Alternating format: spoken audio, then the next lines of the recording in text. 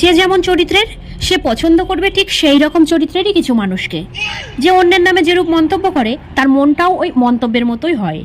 কাউকে জাজ করতে হলে সে অন্যের ক্ষেত্রে কি বিচার করছে তার দিকে নজর দেওয়া ভীষণ জরুরি, কারণ যে অন্যের ক্ষেত্রে যেমন বিচার করবে তার মানসিক অবস্থাটাও ঠিক সেই রকমই। কিছু কিছু মানুষের যেমন কথার সাথে পাল্লা দিয়ে কিছুতেই চলা যাবে না, বিরাট খতরনাক ব্যাপার। যেমন যদি সাহায্য করো তাহলে বলবে কি দরকার ছিল, আমি নিজেই করতে পারতাম। আবার যদি না পারো তাহলে বলবে এত বড় প্রবলেমে ছিলাম অথচ সামান্য সাহায্যটুকুও করতে পারলি না। তার জন্য কিছু কিনে নিয়ে যাবে, বলবে পছন্দ হয়নি। আবার না নিয়ে গেলে বলবে কিছু কিনেও আনতে পারলি না। তাকে উপহার দেবে, নেবে না। আবার না দিলে এমন কথা শোনাবে যেন অন্নপ্রাশনের ভাত অবধি হজম হয়ে যাবে।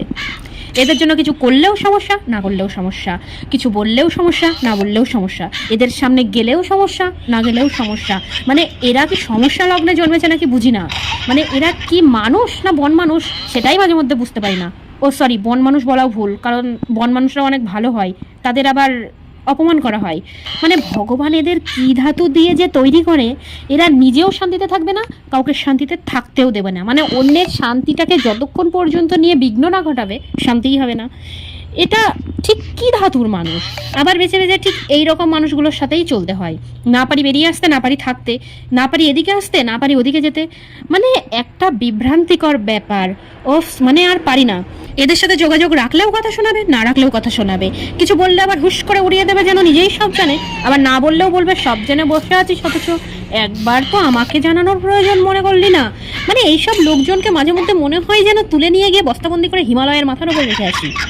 সে তো কি করবো যেন উপায় আর নেই।